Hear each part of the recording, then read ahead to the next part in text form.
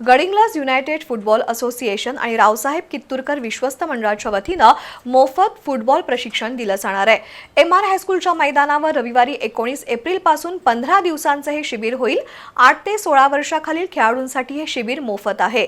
रोज सायंकाळी 5 ते 6:30 या वेळेत हे शिबिर होईल अशी माहिती दीपक कुपन्नावर यांनी दिली।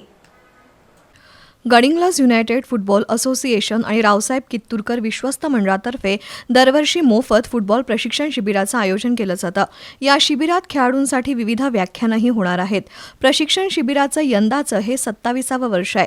स्थानिक नवोदित खेळाडूंना फुटबॉलची ओळख व्हावी या उद्देशानं हे शिबिर घेतलं जातं। रोज सायंकाळच्या सत्रात हे शिबिर होईल।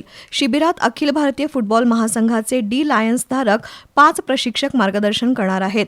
फुटबॉलची विविध कौशल्ये शिकवली जाणार आहेत। विशेषतः खेळातून जीवन कौशल्यांचं मार्गदर्शन केलं जाणार आहे। शिबिरातील विद्यार्थ्यांसाठी खेळाडूंचा आहार, स्पोर्ट्स करिअर या विषयावर तज्ज्ञांची व्याख्यानं होणार आहेत। पालकांसाठी देखील एक जबाबदारी नव्या पालकत्वाची हे व्याख्यान आहे। प्रतिभावान होतकरू विद्यार्थ्यांना युनायटेड फुटबॉल स्कूलसाठी निवडलं जाईल। शिबिराच्या शेवटच्या टप्प्यात सहभागी खेळाडूंसाठी स्पर्धा होईल।